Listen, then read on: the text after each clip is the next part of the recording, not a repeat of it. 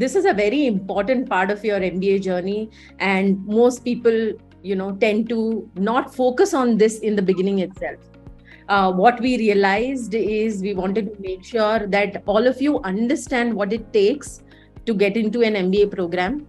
How do you plan to pay for it? You don't want to get into a situation where, I'm not going to disclose the cost yet, but you don't want to focus on an investment that you do not know, how you'll get the ROI out of it, right? And especially in this market, in this situation across the world where economy is kind of, fluctuating, it's very important for you guys to know that how you're going to plan for your MBA, whether it is India, whether it is US, whether it is Canada or Australia or any of these, countries, right? So it's very important for you to understand that. And that's exactly the reason why we have created this session.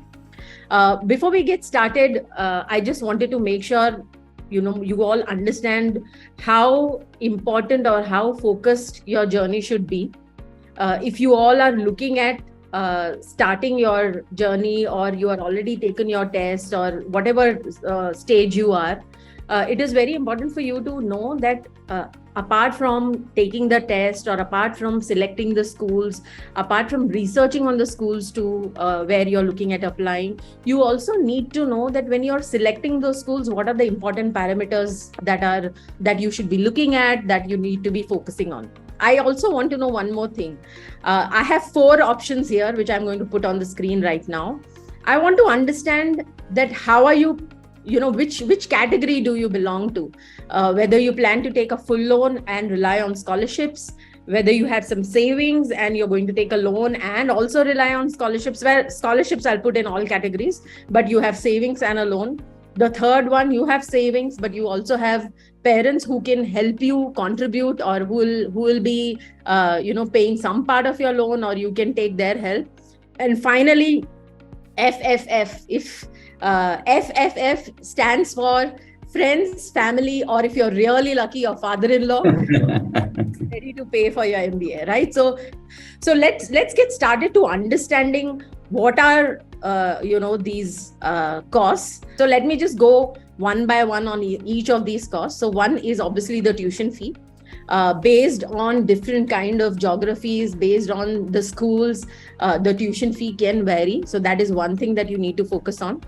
Second aspect is the health insurance part. So this is pretty much in most of the schools where it is very important for you guys to take health insurance. So by the way, this is, if you've traveled abroad, you know that this is also one insurance that you have to take even for a short travel. So if you're going on any kind of student visa, this becomes a very important factor for you to focus on the insurance part. The travel, which is you reaching there, the travel cost for you to plan your trip to the location where you're planning to do your MBA. The visa cost, again, this is an important cost. Not only the cost of the visa, but if you're looking at help to, get some agency or some visa experts to help you, that can be a cost.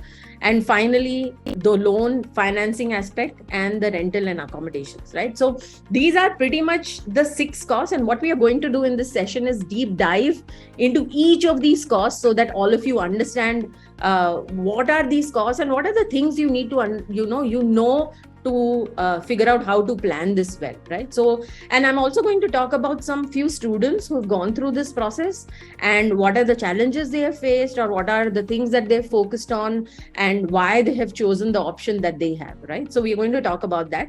So before I get started, let me just introduce myself. Hi, everyone. I'm Shreekala. I'm one of the co-founders of Crackverbal. I have over a decade of experience working with students applying to top schools. I have very closely worked with a lot of these financial institutions to understand how their finance structure works.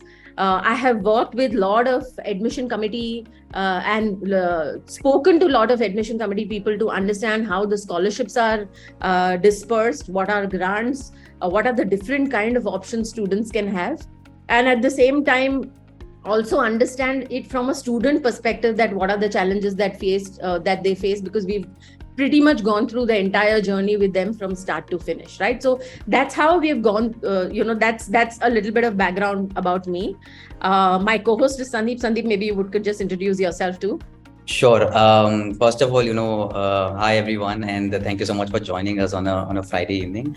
So I'm, as the title says, I'm one of the people who manage the admissions consulting section here at Crackverbal.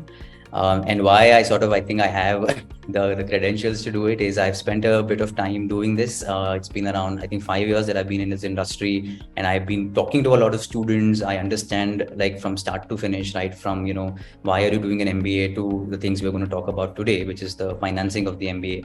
So I've had a large gamut of working in this field. I think one of the things I bring, I think will be interesting for you, I think, and I'll talk a little bit more during the process, is I went through the whole process myself. I did an MBA from EGC, and I went through the whole thing about, I was an engineer working in India, so I know how difficult it was to manage all the finances. So I've done that myself as well. And before doing all this, I also worked in a bunch of different industries and geographies. And that's why I bring some sort of varied experience. And looking forward to having a very good session today. Somebody said HEC Paris or Montreal, HEC Paris. Yeah. So Sandeep, which category were you? 1, 2, 3, or 4? I was hoping to be in 4, but I was unfortunately in 1. So looking to get as much scholarship and as much help as I could. Perfect. So I think you're the perfect person to be as part of this webinar. Most of the audience over here is in 1, so they would love to know more from you and your experience. Of course, happy to share it. Yeah. All right, perfect. So let's get started to the first thing. So let's look at what US has in terms of the salary part, right? The fees part, right? So, all right. So first I have is Stanford. This is a per year kind of a thing where they have put tuition costs, living expenses, housing, medical insurance. I spoke about the health insurance, this medical insurance or the health fee, right? Typically, if you put it in INR, it comes to around 1 crore a year. Somebody already mentioned 2 crores. Let's look at another school. So what we've done is also picked up different kinds of schools. So if I say Stanford could be in the top 10, Foster could be in the top 20 kind of a school. It ranks around 2021.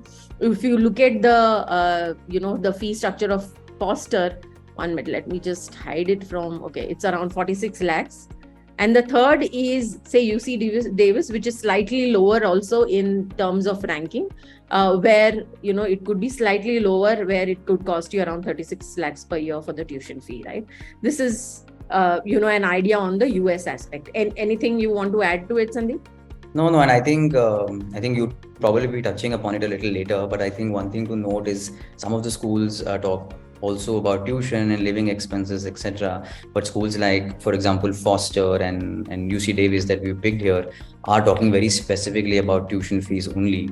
And a lot of people actually gave those numbers which are much higher than what we're seeing here.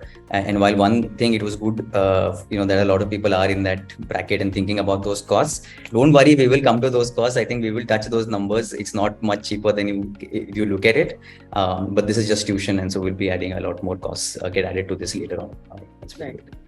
Fee does vary based on how it's more around, how it is generally also. This is a business school, right? Any product, if an iPhone is expensive because it is one of the best, pretty much. I mean, I know Android lovers would not love to hear this, but this is, that's how business works, right? So that's an idea of how United States has in terms of fees. Let's look at some other geographies also. Let's look at Canada. So here we have Rotman, which is University of Toronto, where for 2 years it could be around 1.25 crores. If you look at, say, Ivy, it is a 12-month program. It will cost you around 77 lakhs. And if you look at SODA, which is slightly lower in terms of the ranking, it will cost you around 58 lakhs for a 16-month program, right? So this is more from a Canada geography perspective. Let's look at EU and UK also. Let's look at HEC. So HEC, a 16-month program would cost you 83 lakhs. I'm going to just put down the cost over here so that we set up a context to what we are going to discuss further. We need to understand that how are we going to focus on these costs and how are we going to pay off these costs, and that's the entire focus of this webinar, right? So before we get to the paying part, we need to know how much we need to spend, right? So that's exactly why we've put down these slides across geography so that you have a very good understanding of it. If you look at, say, RSM, which is Rotterdam Erasmus. So here it's around 40 lakhs for a 12-month program. Again, for all of you, think of the budget that you have in mind or what you are looking at. Maybe you can kind of map it to, the kind of geography you would want to apply to. And, LBS is obviously one of the top schools in UK, where it will be around 1.1 crore. Anything you want to add over here, personally? No, I'm just amazed by how, the prices have also increased based before, when I was doing it, and now there was also a favorable exchange rate in play at that point of time. But also generally the euro amount has also gone much higher. And one is that increase, and second is, of course, I think you spoke about it, Shri, in the previous slide, where you mentioned that, in terms of the ranking, sometimes the tuition will vary. But I just want to stress that from accommodation and all of those things, location plays a big factor as well. And that gets sometimes added into the cost, which is independent of rankings and anything else. Right. Yeah.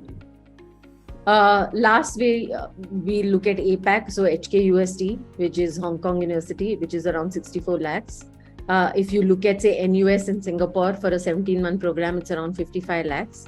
And if you're looking at ISB, which also includes, so by the way, ISB includes the lodging costs, and because ISB does not have an option to stay outside the campus, everybody who is part of this program is in the campus and they have the entire accommodation inside the campus. So this includes the accommodation part also, and there are some few other fees like stay, books and those kind of things which are inclusive in this.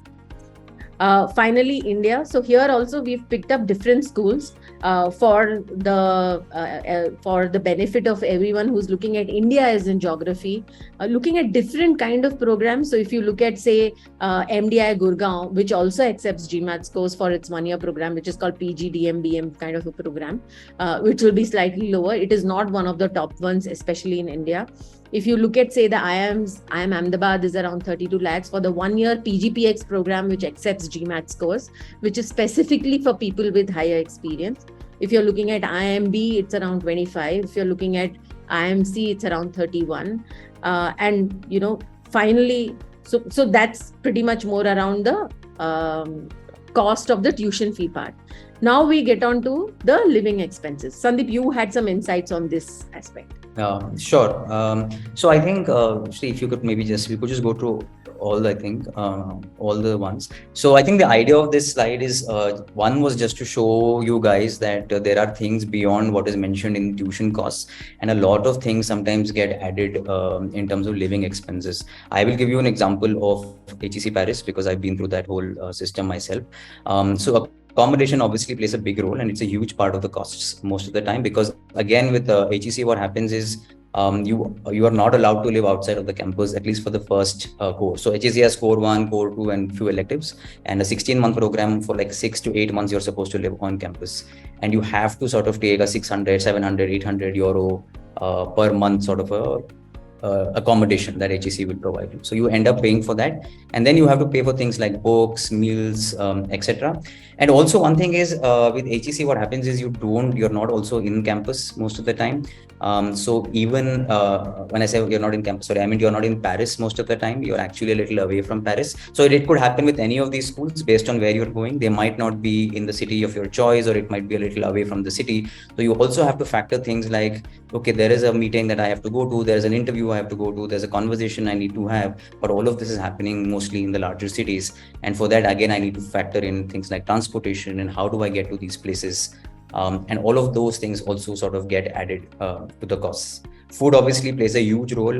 When I went, I'm a vegetarian, and it was a really big deal because what happens when you go as a vegetarian is, once you go out of the country, you probably know, if you guys have been outside the country, that it's very easy to get, non-vegetarian food, but it's very, very difficult to get vegetarian food, especially cheap food. And once you go as a student, all of these things get sort of piled up. So with meals, etc., you end up spending a lot of money in terms of that, and that also gets added significantly to the costs, obviously depending on where you are. There are obviously mitigating ways, and I think we will probably be talking about it a little later. So I'll maybe save it for a little later. Right. So in fact, I would like to add one more thing when you're talking about the accommodation part of it, right? So I was speaking to I was speaking to one student who, just today, also to understand a little bit more on his journey, and he's got an admit to Georgetown, which is McDonough, and he was talking about how he's already figured out his accommodation. So he's just got his I-20 and he's figuring out his loans, and we'll be talking about that. And he's talking about the accommodation part, but he's already figured that part out. And he mentioned that especially in Georgetown, since he's looking at living alone and he wanted a studio kind of an apartment, it is costing him around $1,500 per month, and if he's looking at a sharing kind of a thing for a larger space, it will cost him around $3,500 per month, with more, two people sharing or something like that. So he is choosing to stay alone for his own reasons, but again, the whole thought process is that even before he's gone for the visa, or even before his finances are taken care of, he's already figured out the accommodation part once he's got that admit, right? So that is again pre-planning in terms of at what point you'll need to think about these aspects when you get into this MBA journey. Yeah, and I think I just wanted to just add on that also. It really depends sometimes on what your preferences are and also what the situation is. So like if you're in the US and you're probably living in a slightly smaller town, US is notorious for not having the best public transportation. So sometimes things like you have to have a car because there's no other way to get around. So a car gets added into it, the car's fuel gets added into it, the maintenance costs get added into it. So these are things that a lot of people sometimes don't consider, but I think this is very important for people to look at as well. A lot of things are fixed, and it really depends on you in terms of how you can, sort of work around it. Like the accommodation example that you gave, where of course the rent is going to be fixed, but whether you divide it by 1 or you divide it by 5, then that's probably up to you and how you can manage it. Right. And most of these universities also have a lot of options close by. Because obviously there have been international students for going there for ages now, which also means that these are kind of things. It's not that you'll have to figure out the moment you get an admit. They'll put you through a community. You'll get in touch with people. If you are looking at living only with Indians, there's an Indian community over there. So all that will be taken. It will be more accessible. So you don't have to worry about that aspect. But obviously planning the investment aspect is definitely something that you'll have to look at. Typically more from a living cost across cities. This is more like we've put it in INR because I see a lot of people joining us from other countries also. Sorry for that. Maybe next time we'll put it in dollars. But since most of them are from India, we've just used the Indian currency over here, which is giving you an average of based on which city or what could be your monthly costs based on each city and based on the cost of living in that particular city, right? This is more from a rental perspective. So look at around 8 lakhs per year kind of a thing. Yeah. So I think for North America, obviously, is the very most expensive. And everything else, again, I think one thing with Europe is they are more student friendly. I feel most of the time they have a lot of these places for provided by the cities for hostels and city, like in Paris there's something called City University, which is a great place for much cheaper accommodation. So this is I think an average, but there are multiple ways to sort of work around it as well. But I hope this gives the guys who are here general idea of what the cost could be. Everything else, I think you can see 8 lakhs is probably on the higher side, but I think that's the number to work with. So in fact, Saida, to answer your question, if you looked at the first couple of slides that we showed, it showcases the living cost. So living costs, it's not only rentals, you can have the other aspects of it also added. If you look at the first couple of slides that we showed, we've added that aspect also. Apart from that, obviously there are other things, and these are I would call hidden costs, and this is something that I learned from a lot of students that I've spoken to this year. I spoke to someone who went to UCLA, I spoke to someone who went to Kellogg, I spoke to someone who went to London Business School, and they said that when they were applying to this whole program, when they were applying for an MBA, these are costs that didn't really strike them, they didn't really think about it. And lucky you guys, we are here to tell you what these are also the costs you need to focus on. So there are something called career tracks, right? Like, so when you're going into an MBA, you don't want to be a guy, a person who's sitting in your room and just studying all the time, because even in terms of the time that you have or the classes that you have will be, maybe 3 hours a day or 4 hours a day, right? So what also happens is a lot of people get involved in a lot of other club activities and career tracks. When I say career tracks, it is more around, say, for example, there will be a trek to, say, some other country or some other city where you'll work with on a business case scenario, or or a challenge for a particular company, right? So that could be something that is involved in career tracks. Now here the travel is on you, so you will have to pay for that travel. Student association, so there might be some club fees depending on what club you choose.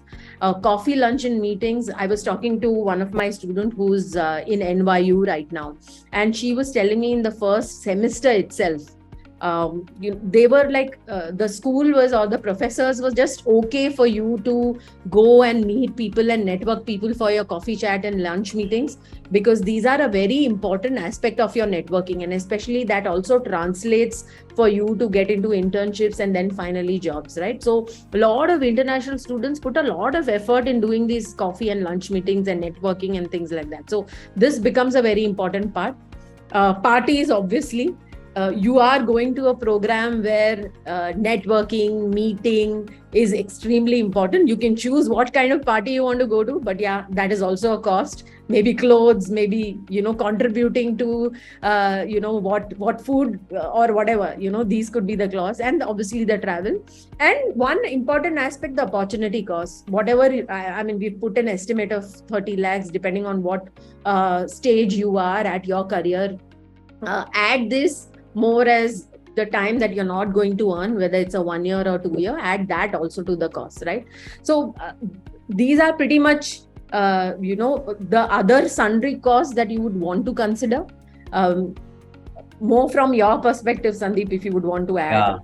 So I think I'll maybe talk about all of these things in general, and I think one from just the experience of talking to people, but I think more closely from my personal experience also.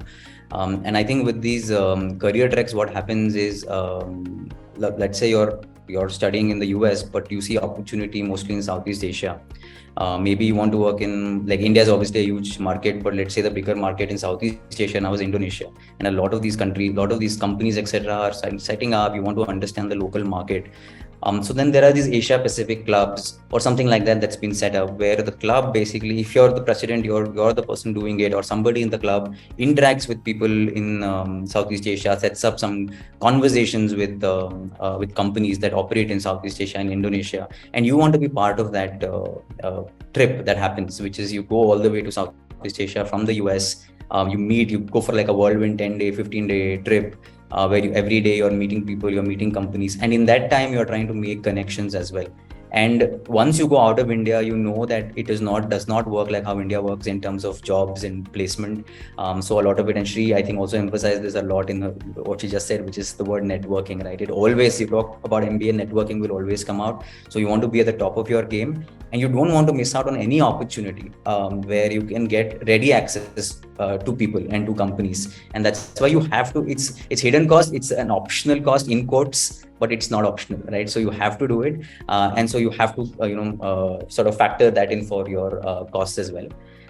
Student associations, again, right? You get to be part of these career tracks. You get sometimes because you're part of the student association, or your biggest strength sometimes is your alumni network of the respective school that you're part of. And every school will have sort of an alumni fee, or it will have an admin fee, or it will have something to manage all of those things, and that's why they take that cost from you. Again, optional, not optional, right? So you have to pay for that.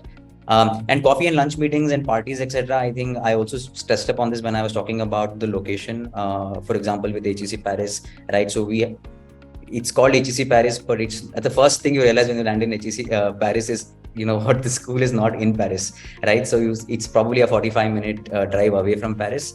So every time there is a networking event, networking opportunity, there is a conversation, there is an interview, there is a conference you want to go to, nothing will happen at the HEC campus. Like a very few things will happen at the HEC campus. Most of the things will happen in Paris, in the city. So how do you get there? You have to make arrangements to go. You have to first, plan for travel there. You have to plan for travel coming back. Okay, this is. Should I stop? Naveen, you're scaring me now. Anyway, so you need Naveen, this is definitely not for the light-hearted, but we tell you how to get there. So yeah. Yeah, so let me just finish that quickly then.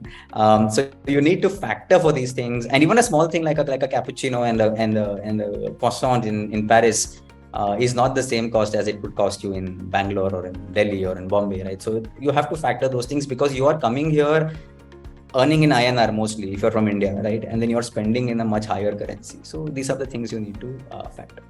All right, so let's moving on. So I will pause it, right? So I don't want to scare away people. See, the whole idea of this session is to be honest, and that's what Crackverbal truly believes in: being honest about everything.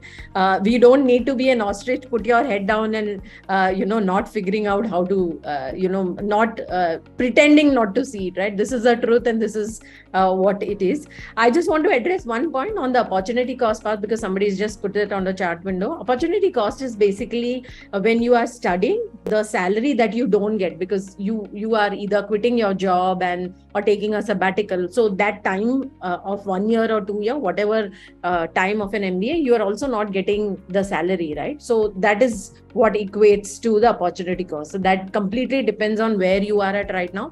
This is more like a 2 year kind of an estimate over here, but depends on where you are right now, right? So that's this is a typical. So I pulled out just a small MBA journey from a LinkedIn article by an LBS alum, and he was talking about his MBA journey. And if you look at this Dublin trek over here, right, it says finance, strategy and accounting, microeconomics kind of a thing, where he did that in 2019, or travel in Asia, Maldives, Malaysia, which was a case prep kind of a thing. So these are the extra career trek costs that are added. I can share the link of this LinkedIn post in the end, but this is more to give you an idea of what are the costs and how does this contribute to your prep to prepare you to be an effective consultant or whatever role you're looking at leader after your MBA, right?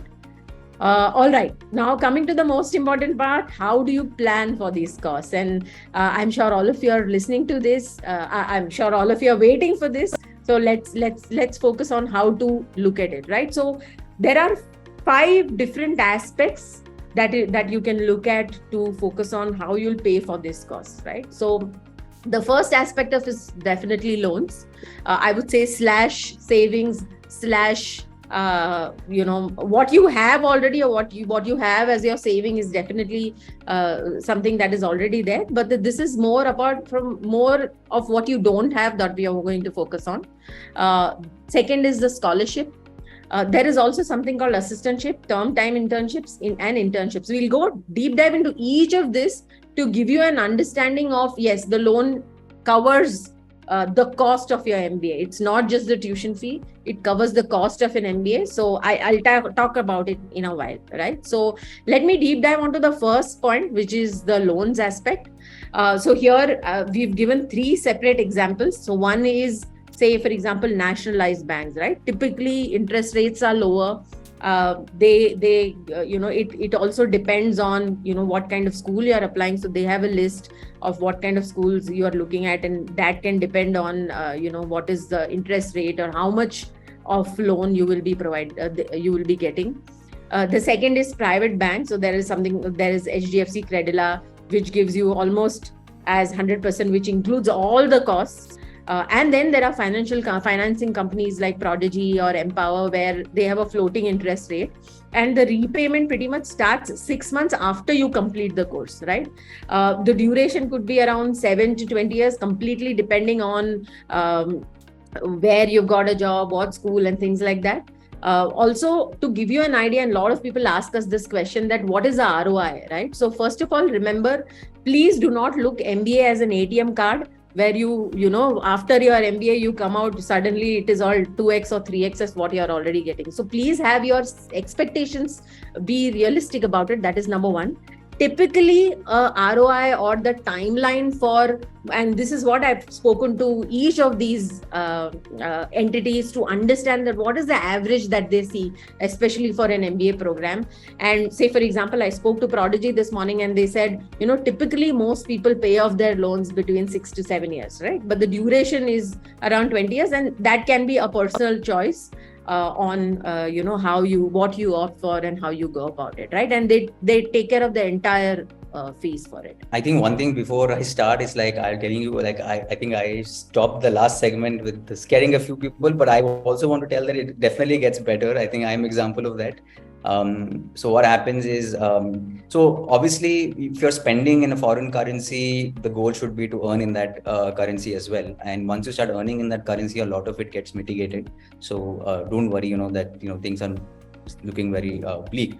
But what happens, obviously, when the time you're going from here, you are currently in the Indian currency. And as I mentioned at the beginning of the webinar, I come from the standard middle class engineering background, and my father won't hear of doing anything apart from a nationalized bank.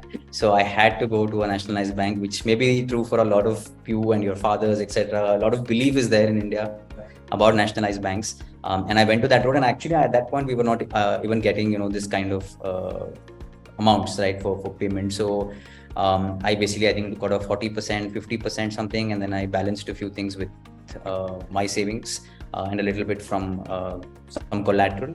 But I was lucky enough to find opportunities outside the country, and I think a lot of it helped me to repay it. I think I took 6-7 years, like exactly like what you said in terms of the average, to repay that. And then once you're debt free, things, then you're again, you're in control of your life again, and then you can start thinking and planning, and then things like, what do I really care about, come in once all of that money has been sent. But it's 6-7 years, I would say, was my experience as well in terms of payment. I went the nationalized bank route, but I think a lot of things have improved now. A lot of options have come in.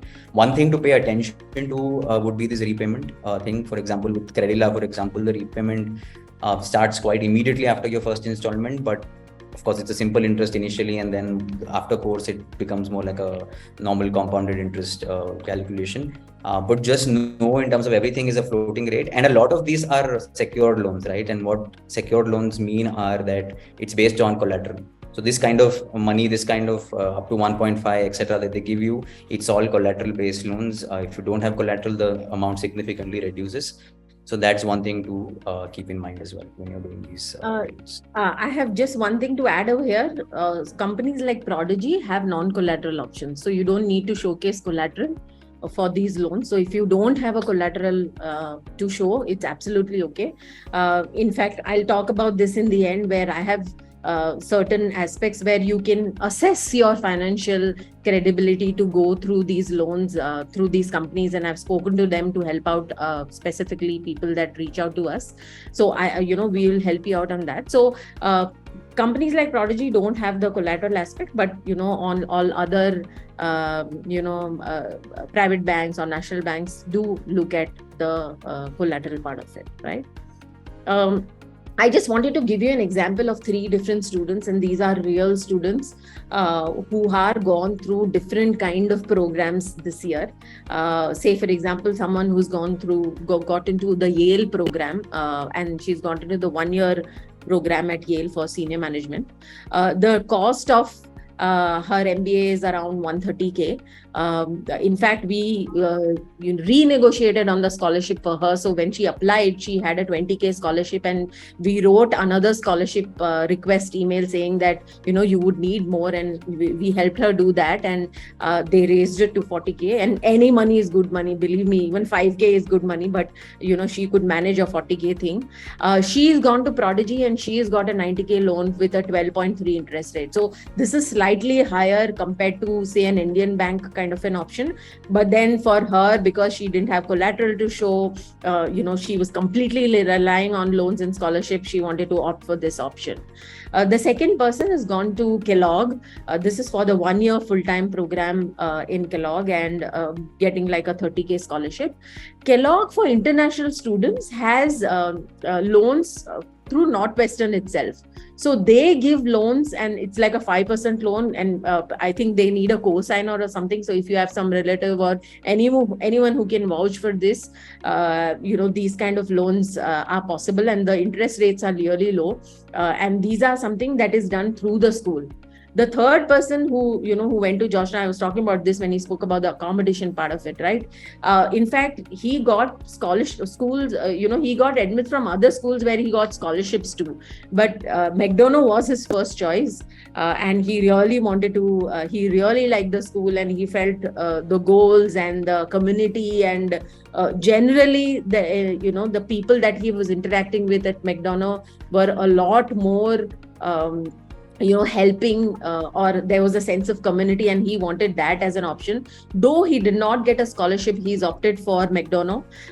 He opted for an Indian bank, and he mortgaged his land, and there the interest rate was around 9.2% for him. Right now, again, some challenges when I spoke to these people. They spoke about one aspect of it is, when you go to these private players, it's much easier, it's much faster, they are more optimized in terms of their process. But then if you go with Indian nationalized bank, they need a lot more documentation, the process is slightly slow.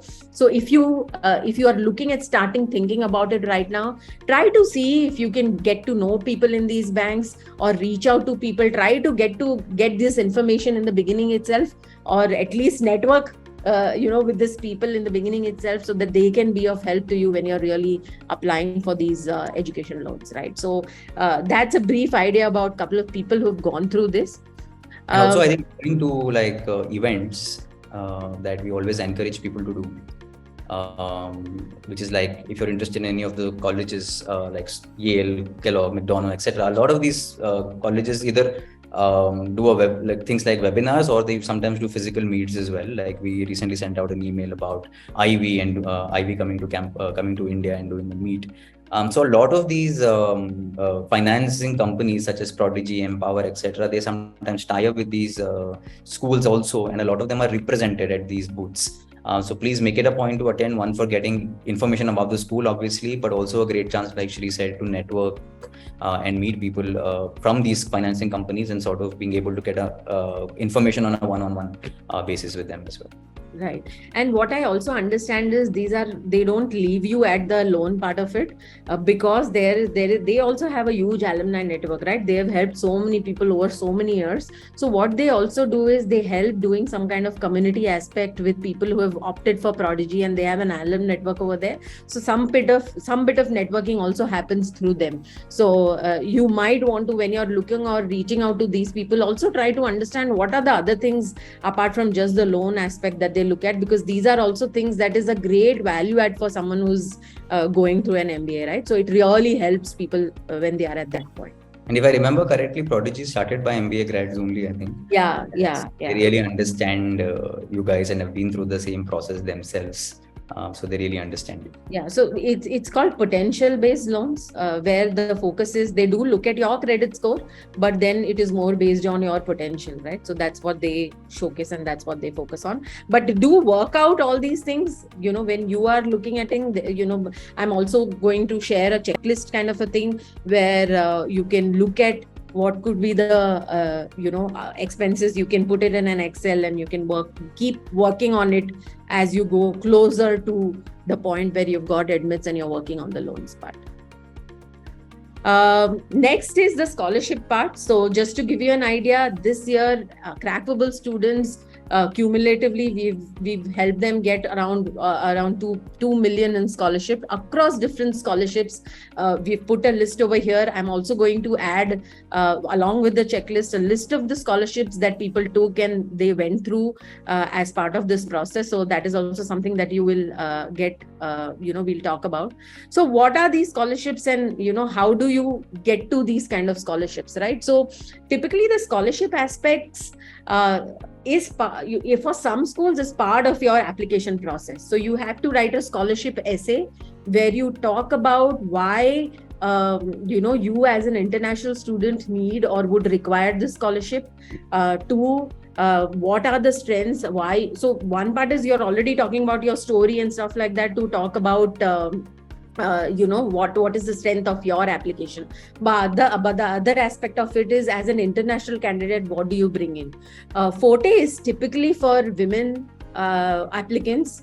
This is for women in business, so that is specifically to encourage women in business. So that's what it is for. In fact, one thing about Forte that I can add is, so they have these kind of small leadership kind of courses on their website. You can just research or Google on Forte Foundation, especially the women applicants over here. You can go and look at that, and if you take any of these, I think it'll cost you around $199 or something for these courses, but that also gives you a lot of fee waivers to the schools you apply to. So they have a list of schools, 10-20 schools that they have as part of their list, and if you go part of this, if you take this kind of a program, short online course kind of a thing, you will get close to fee waivers from these list of schools. So for a cost of say $199, you will save close to $1,000 or $1,200, because for every school that you apply, you're also looking at the application fee, right? So it could be something that you could evaluate and you could read up or look at. Yeah, and I think if you're a woman candidate right now, I think it's a no-brainer. You have to sort of at least make the attempt for Forte, because it just makes a lot of sense.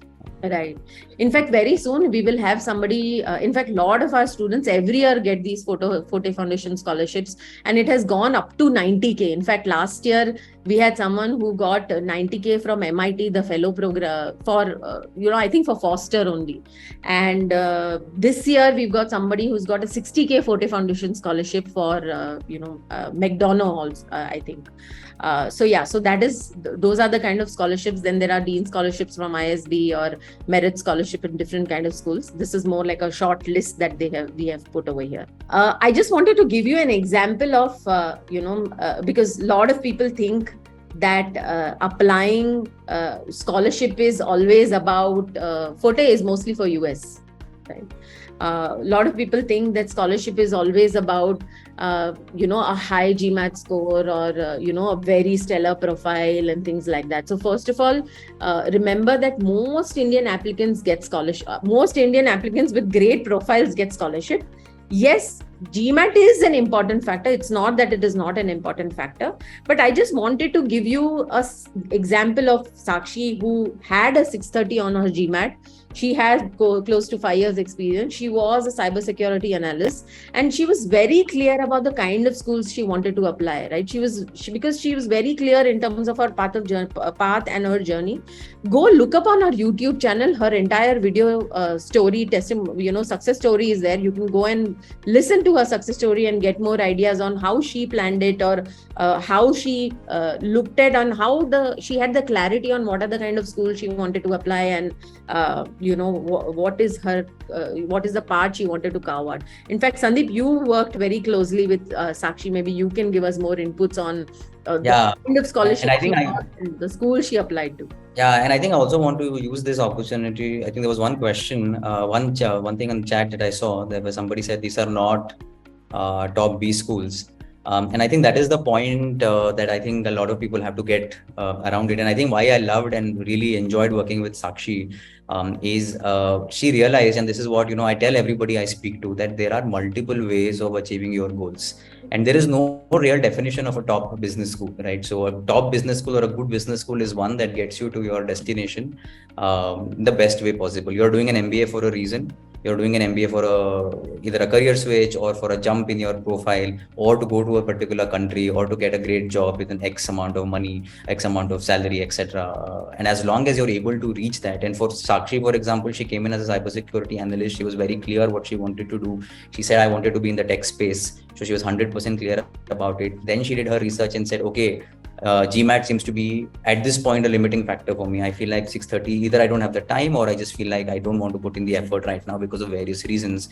And she said, okay, with this 6:30 now, which schools do I look to, which are good schools, which have great career prospects, which are maybe, proximity wise very close to where they want to be, but they will also get me to my destination in terms of my job, etc. And she was open to it. And when we suggested a lot of these schools, she did her research, she did her due diligence, which I always recommend everybody to do. And due diligence means understanding from a career perspective and understanding, speaking to people in these schools.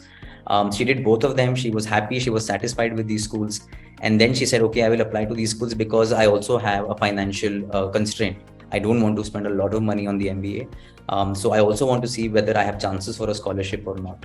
So she applied to all of these schools. She put in a great application. She gave a very good story. She obviously did great at her interviews. And I think she got all the schools she applied to. So she applied to 1, 2, 3, all these 6, 7 schools here, and she got all the schools that she applied to.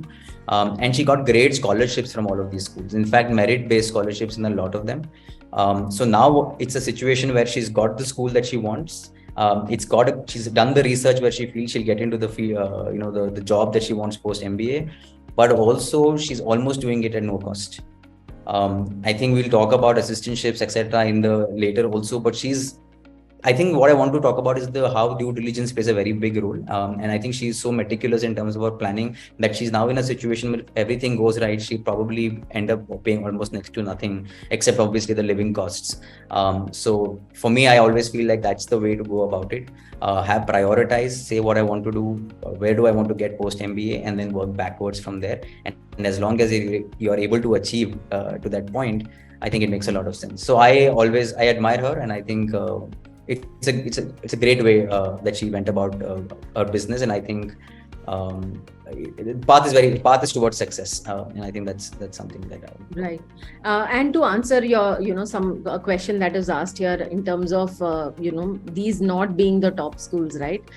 In fact, what I would suggest is we have a video of Reshma who got a 100K scholarship from UCLA. We'll talk about that, Khushbu. Give us some time. We are going to talk about which school she selected and why. So I was talking about UCLA getting almost a 50% scholarship, which is the entire 1 year was given as a tuition fee waiver. So she got a 100K scholarship. I spoke about somebody who got a Forte Foundation scholarship from MIT. Kellogg also has some kind of scholarship. I think somebody got a 40K scholarship from Kellogg this year. So there are, so honestly, most top schools, the chances that you'll get scholarship is, less compared to, say, mid-ranking from 10 to 30, 40 ranking schools. So top 10 schools, what also happens is the advantage is, the kind of, and we'll talk about it, the internships aspect. So we'll talk about it of what is the advantage of applying to top 10 schools and what could be a challenge for slightly lower ranking schools or, schools, in this range, maybe for the schools that are listed over here. So we can talk about it in a while, but to answer your question, it is not that top schools give scholarships that easily. So you will have to be wary of that aspect. Shri, I think you also, wanted to share about the amount of applicants that come through in Kellogg, right? So I think people get a good idea in terms of the selectivity that Kellogg has. Right. Yeah. So more than Kellogg, I want to talk about, all the top 10 schools rather. Exactly. If you're looking at the Ivy League schools, right? So let me give you an example of, say, Harvard, right? So Harvard gets around 17,000 applicants every year. and their acceptance rate is 0.1%, right? So you go to the school, when you go to, or when you're researching on these schools, go to the school's website, look at the number of applicants, what is their acceptance rate, and also they will also give a data around the diversity aspect of it, right? So they will tell you that, okay, in a class of 400, our diversity percentage or in number of international candidates is around 26%.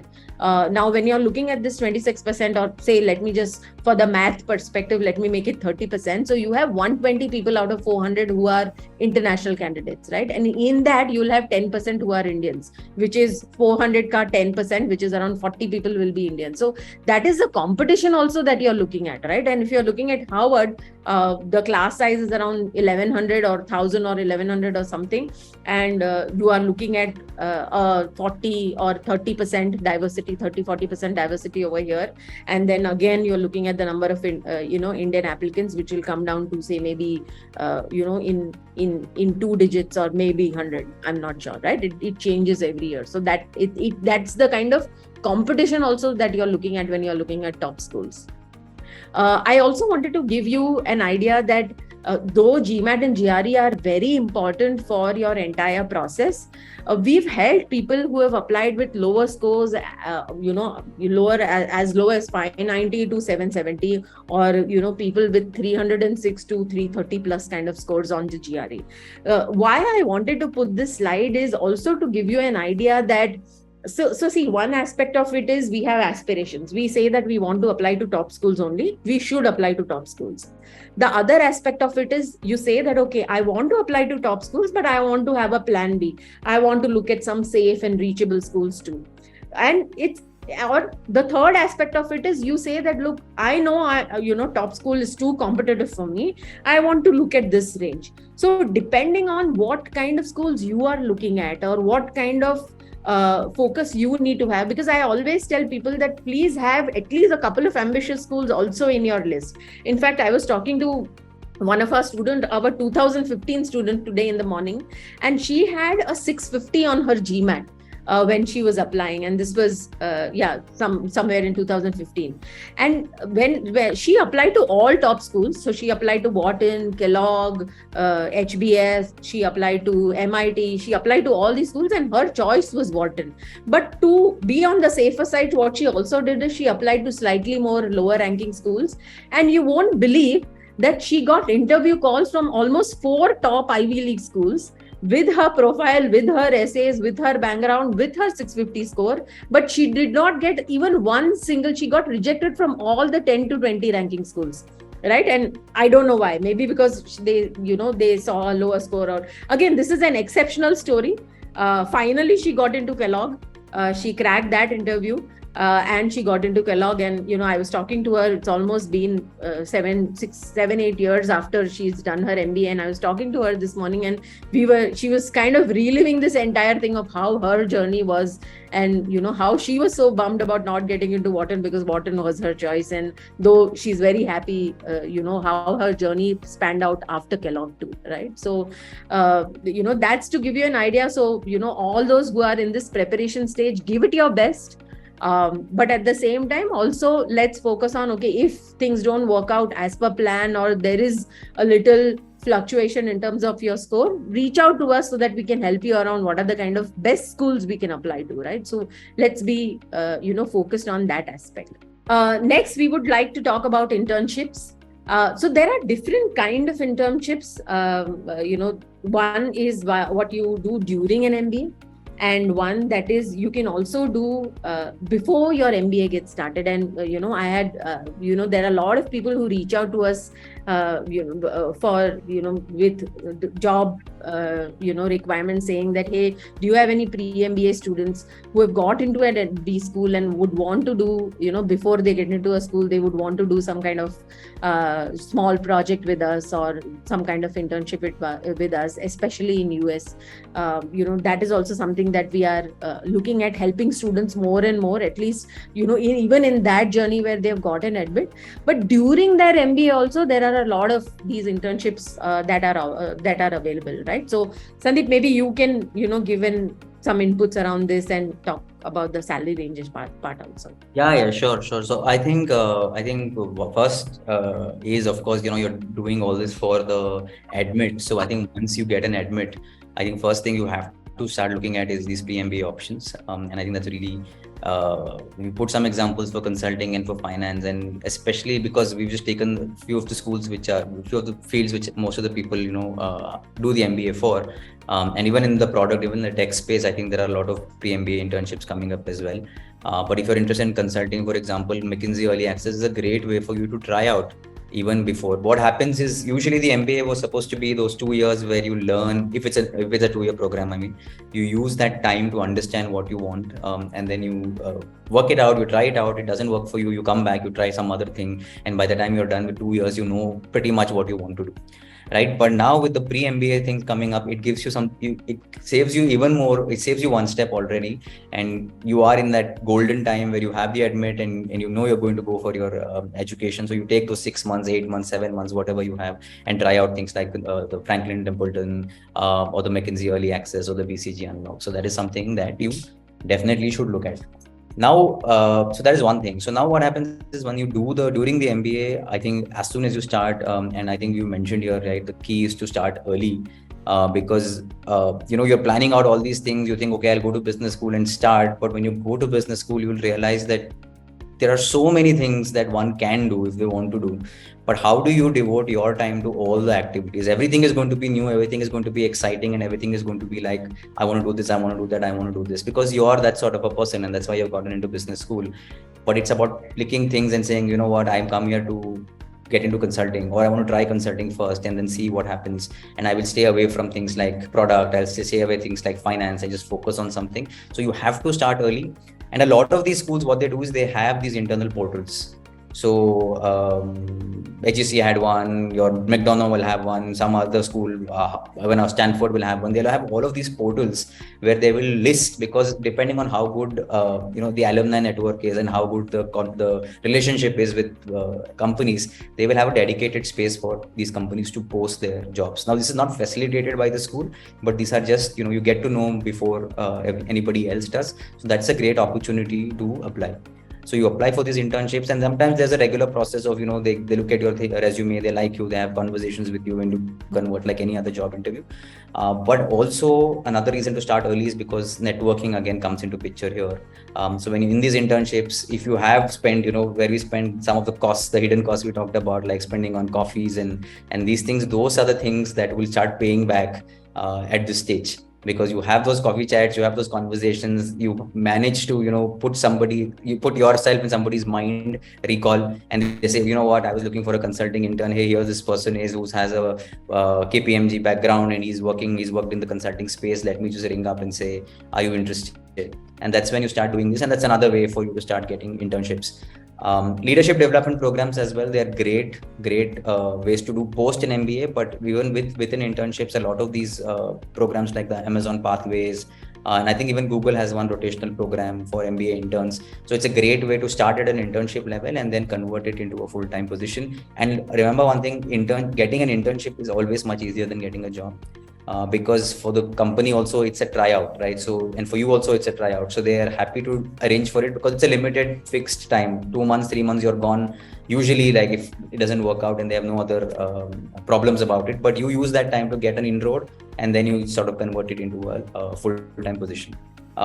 Salary ranges, of course, right? So again, if you're getting, depending on the industry you're in and depending on the job you're doing and the country you're in, we've typically taken mostly in the US at this point, but you're looking at a 3K or an 8K per month, which again, plays a significant role in terms of denting your finances also, and sort of mitigating all the dent in your finances, getting a good 2.5 to 6.5 lakh role, and aided with scholarships and things like that, it becomes a very big part in terms of cutting back some of the costs.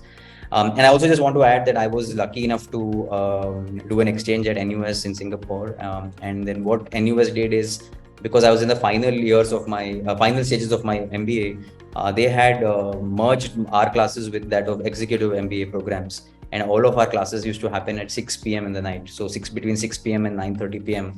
And that gave me a lot of time in the morning to look for opportunities, to use my time to find jobs. I was also lucky enough to find internship opportunities. At that point, I was looking at consulting, so I got some consulting opportunities. And while it gave me all the other benefits of trying it out and converting, etc., it was a huge advantage, huge cushion for me in terms of things like rent, in terms of food, in terms of all these accommodation, and then reaching out to people, etc. A lot of it was taken care of, and I could start thinking from a more clearer mind and perspective. So yeah, definitely internships, huge thing. Please don't miss out any opportunity. Start with the pre-MBA level, and at an MBA level, 100%. That should be your focus as soon as you join. Right. So I think the hustle starts, the moment you get an admit. Rather, it starts now, where you have to figure out other aspects of it. But more from a job perspective, the hustle starts, the moment you get an admit, because you can look at all these early access or pathway kind of programs, network with people. And like Sandeep mentioned, this is all like a per month kind of internship salary. So it's pretty much, so I was talking to someone who got into an internship or a summer internship with Bain or BCG, one of these top consulting firms, and his per month stipend was pretty much like divide by 12 of what he's going to get. So if it is like a 190k kind of a salary he was getting literally 1 month of what he was getting as part of the stipend also, right? And again, one of the top 20 schools I'm talking about over here, right? So I hope it is slightly more comforting to you guys that there are options available in terms of internships. There are a lot of startups that are that they ask for focus on giving these internships also. They come with business problems, they come with business challenges. That is also one aspect that a lot of these B schools are seeing startups coming and providing internships to B school guys. So that is also something that is an advantage in the current scenario. The other aspect, again, this is not something that is prevalent in most schools, but few schools also provide these assistantships and fellowships. This is again, somebody asked that where did Sakshi finally go for, right? So she picked Wisconsin as her choice because they are also giving her an option for a teaching assistantship or a graduate assistantship, one of that. And if she gets that, her entire tuition fee is going to get waived off, right? So last we spoke to her, she was applying for that, and she was trying to focus on how to get that kind of internship also. There was one of my student who got into Carey, which is again not in the top 20. I think it's ranked slightly lower, but it's part of Arizona State University. And he got 100% tuition fee waiver based on, it was literally a full ride to that school, right? Currently, he's working for Amazon as a product manager. So if I have to look at the path he took to get to where he wanted to, he got where he wanted to go, even with the school of his choice, right? So that is also something that you would want to evaluate and would like to think of. Yeah, and that's, I think, a great example, right? I think, Shri, what you just mentioned about WP Carey, one might pull up some rankings based on whichever provider you prefer, and your rankings will change, and then you might see some 5-10 schools. But this person managed to get into WP Carey, which is a great school. He got a huge advantage in terms of tuition. And then finally he's gotten into Amazon, where nobody is going to treat him differently, and his salaries are going to be quite high. So now you decide who was the smarter person, the people who are watching, right? So obviously it's about being smart and using all of these resources at your disposal to make the best of this opportunity. Right. The other thing that not many people know about is term time projects.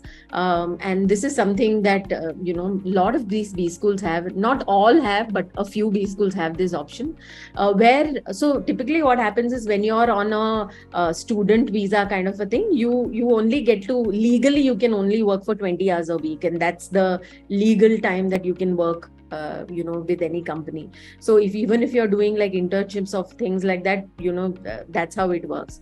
But at the same time, some schools offer these term time projects where a company can come saying that I want this person, I have a requirement of people to work on this for 2 months, and they get like a letter from the school saying that, hey, I'm giving this person 60 days off from this course, like a small sabbatical kind of a thing, where that person can work 9 to 5 legally as part of these term time projects. So these are also some things that a lot of B schools are encouraging. In fact, if you look at London Business School, right, the tenure is 15 to 21 months, which also means that you have an option to finish it in 15 months, or you can even extend to 21 months. So a lot of people are looking at that also as an option.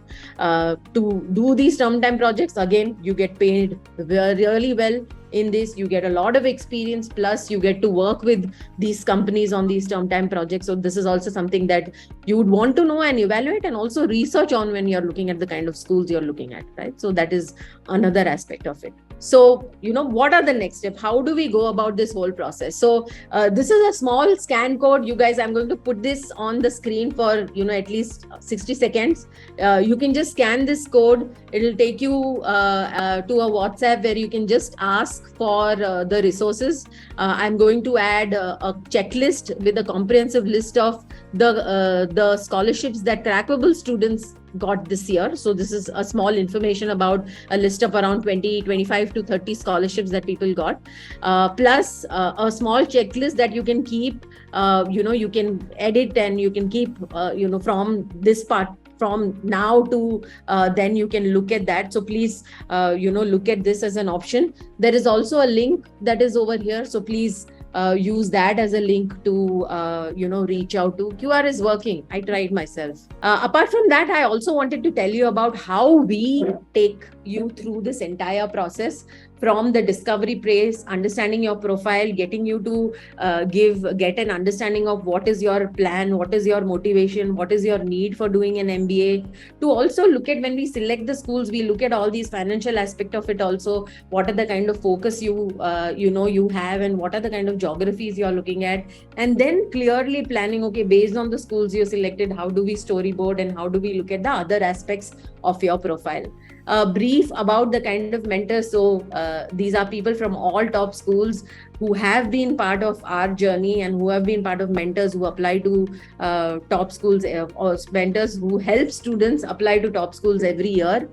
Please go through our YouTube channel to get an understanding of motivation stories. And I think everyone who's going through this process, use these these stories as motivation for you every day. I want you guys to be part of these, success stories next year for everyone who's applying next year, or even year later, or whatever timeline you're looking at. Please make sure you go through that. I would like to take questions now, so I am opening it to questions. Please feel free to ask your questions and let us know how we can help you with the kind of questions you have. What are the key criteria used by colleges to? I think we've also already addressed that. GMAT score, profile, your scholarship essay, all that are important. So I have 5 years experience in design, oil and gas field, looking for SCM and management consulting sort of specialization. Please guide me how to choose a school. So there is a process to do this, right? So, right from figuring out what geography to picking up what are the kind of roles you want to get into. Management consulting itself has a lot of specialization. It's a huge umbrella. We look at all these aspects to figure out what kind of schools you're looking at. So please feel free to reach out to us. I can just put in my email ID. Maybe you can reach out to us. You can send me your resume. We can plan how we can help you with the profile evaluation and understand how to help you, right? How soon after accepting an offer does one have to pay the first deposit? It depends on the school mostly, but usually schools, I think if you go to any website, they will give you a payment schedule. And I think some of the screenshots we had shared today also had some payment schedules. This you will find very easily on the website. But typically you will have to pay an acceptance fees, which could be around, 6,000, 10,000 euros or something like that. Typically like a 5 to 10% of the actual tuition fee. And then they will give you maybe a week or 2 weeks to pay the next one. And then post that the gap sort of increases, where a month later you pay the rest. So I think it's split around 2, 3, 4 months, I think, before you have to go. But there's a very clear payment schedule that most of these schools give.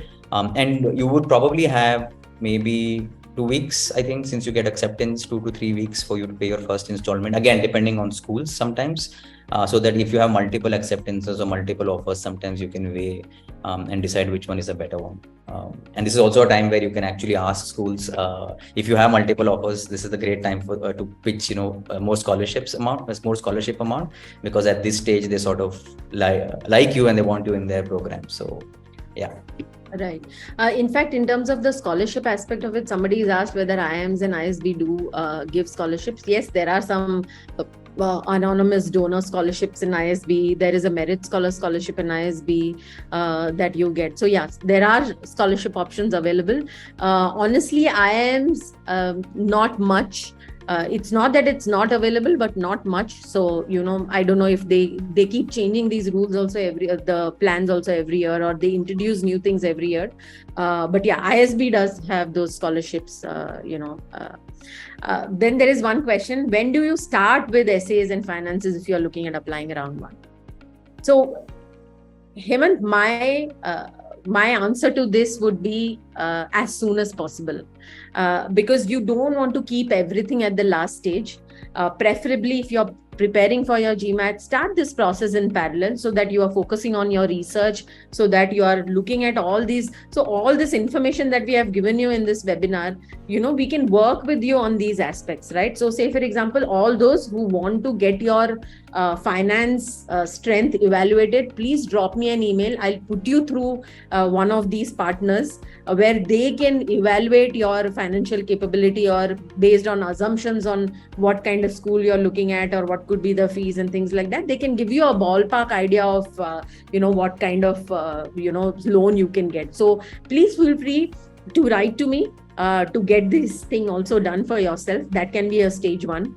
Stage two, keep all this research in parallel. It's not something you have to keep it till the end or the last moment. So keep all these things in parallel. So the earlier the better. Now is a great time. By next week, in fact, a lot of schools have already launched their essays right now. All the top schools have launched their essays.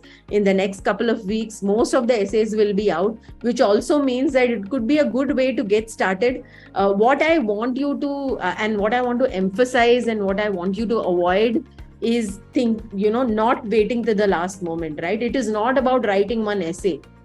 I always say that it's about buying something for worth 1 crore and then, without thinking. And you don't want to do that, right? You want to make sure you're well researched and well informed about that decision. And that is exactly why you are there in this session today, right? So please focus on that. Please try to start early. It is fun as long as you do it the right way, right? So just, focus on that. I think it's about putting things in perspective and not thinking more from where I am currently today. I think it's about where you're applying and what you hope to be, and already putting yourself in a position of, okay, this is what I want to be and this is where I sort of want to earn also. And thinking back from that point of view and saying, okay, then if I'm earning that, then what is the amount of investment I'm doing, and then is it worth it or not? And answer mostly is yes, it is worth it, because you will honestly once you start earning, I think a lot of it comes back quite quickly, and then you start realizing that I shouldn't have thought about these things as much. So of course everybody has their own financial constraints. You have to think about it from today, but if you have means or you have all of these other things we spoke about, the options to do it, I think you should definitely consider spending, or there are a lot of options. Don't worry about it. That's what. Right. So somebody said that they got an admit last year and could not join. Will this impact your application this year? The only impact that you'll have is you'll have to write a reapplicant essay, but I don't think there is an impact on scholarship. You'll be considered as a completely new application, as long as you can justify or reason out the reason why you couldn't join the year earlier, right? So that's something that you could look at. Is there some dedicated scholarship available for defense personnel abroad? I know somebody who got into tuck with the scholarship and who was from a defense background. However, I'm not sure whether it was a veteran scholarship, because veteran scholarship mostly, I think it's called a yellow ribbon scholarship or something, which is specifically for people who have been as part of their country's army, but not an Indian kind of a scenario. But yeah, he did get some other kind of scholarship at tuck, so it is definitely possible, maybe not the same. But I think good news is that we are seeing lots and lots of people from the armed forces joining schools. So I think the network is really strong. of defense and armed forces. So always information is very easily available, and it's I think even this last year we've seen a lot more people join from the defense and armed forces. So. Right. So somebody who said, if you are higher experience, so, is it easy to get an admit or a scholarship? Honestly, or rather get a job. There have been people who have applied with almost 10, 12 years experience also, who have got into even companies like McKinsey. So more from a possibility aspect, it is there, and there is data around it. But at the same time, what you bring to the table, what kind of schools you apply to, what kind of companies you're targeting once you get into that school, all that will matter. So you'll have to, plan it well, and maybe research and network and talk to alums to understand this aspect better. What is a safe score to get a scholarship at ISB? Well, I had somebody with a 700 who got an need-based scholarship of I think 10 lakhs at ISB. But somebody with a 750 did not get any scholarship also. So again, it depends on what you're saying, what you're applying, how are you pitching yourself as part of your essays and as part of your scholarships, right? Does working in NGOs get help in getting scholarships? So there are different scholarships called, like for example, Oxford has something called a Scholes Scholarship. Which is specifically given to people who are in social entrepreneurship or who have got into, who've done a lot of work around that. So if your NGO is just about being a part of CRY member and paying 300 rupees every month as part of their membership, then no. But if you've really done some considerable impactful social impact work and for a longer time, then yes, it could be a possibility. Probability of full rides. In fact, I have read of a lot of Reddit posts of people getting full rides in M7s and T15s. But then again, I'm sure most of the people that I read about, I have not read about it for Indian applicants yet. But it is mostly for domestic applicants. It is possible, but I have not seen that yet. At least in our journey to get a complete full ride in the M7 at least, right? So. No. I think it's for you to worry about later. I think at this stage, I think what you can do is what you can do, which is put in a great application. If you haven't taken the GMAT, then try and get the best GMAT score you can, which also doesn't matter. But if you have the opportunity and you have the time, then do that, and then try and put in the best application you can. And then once it comes through, then we'll worry about probabilities and percentages and things like that. I think at this stage, otherwise it just puts unnecessary pressure on your head. So. That's true. All right. So I think, there are some personal profile-based questions. Please feel free to write to me. Please feel free to give us a feedback on email or, on LinkedIn or, anywhere. If you've liked this session, you can comment when it is on YouTube. We'll definitely send you an email once we've uploaded it on YouTube. Thank you so much, guys. I'm glad our research and effort helped you. And please let us know if you need any more information. We would love to, talk about it. Thank you so much. Have a good weekend. Nice weekend.